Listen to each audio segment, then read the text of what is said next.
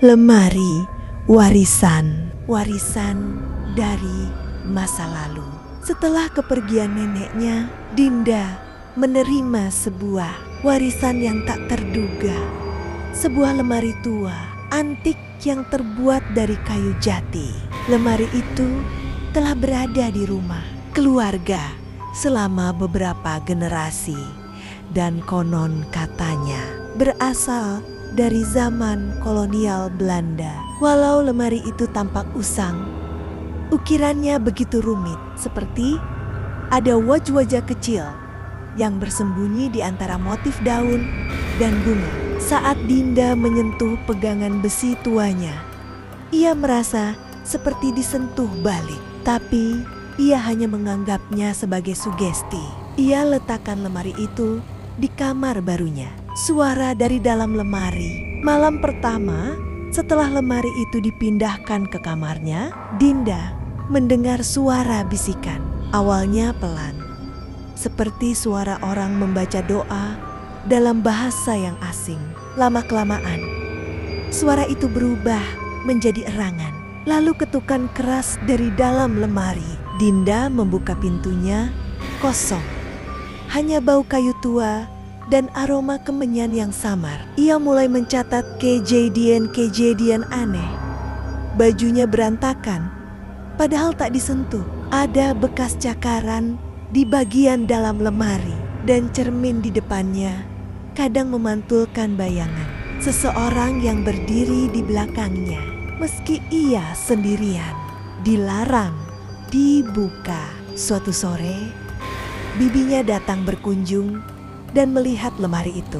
Wajahnya langsung pucat. Lemari itu seharusnya dikunci dan jangan pernah dibuka, Dinda, katanya dengan suara bergetar. Dulu nenekmu pernah bilang lemari itu tempat menyimpan sesuatu, bukan barang, tapi makhluk.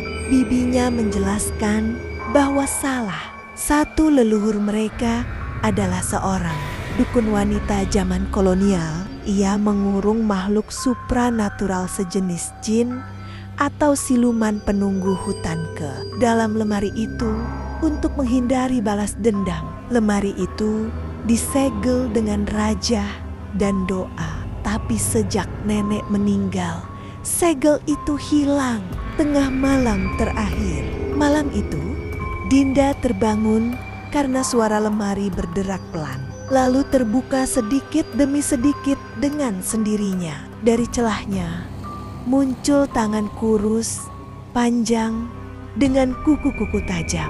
Lalu sebuah wajah gelap, tanpa mata, hanya mulut besar yang terus tersenyum. Makhluk itu keluar perlahan.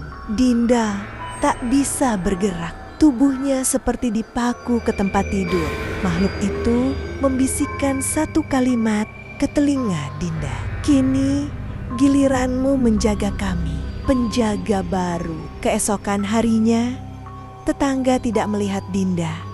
Pintu rumah terkunci dari dalam. Setelah didobrak, mereka menemukannya berdiri diam di depan lemari. Matanya kosong, tubuhnya dingin.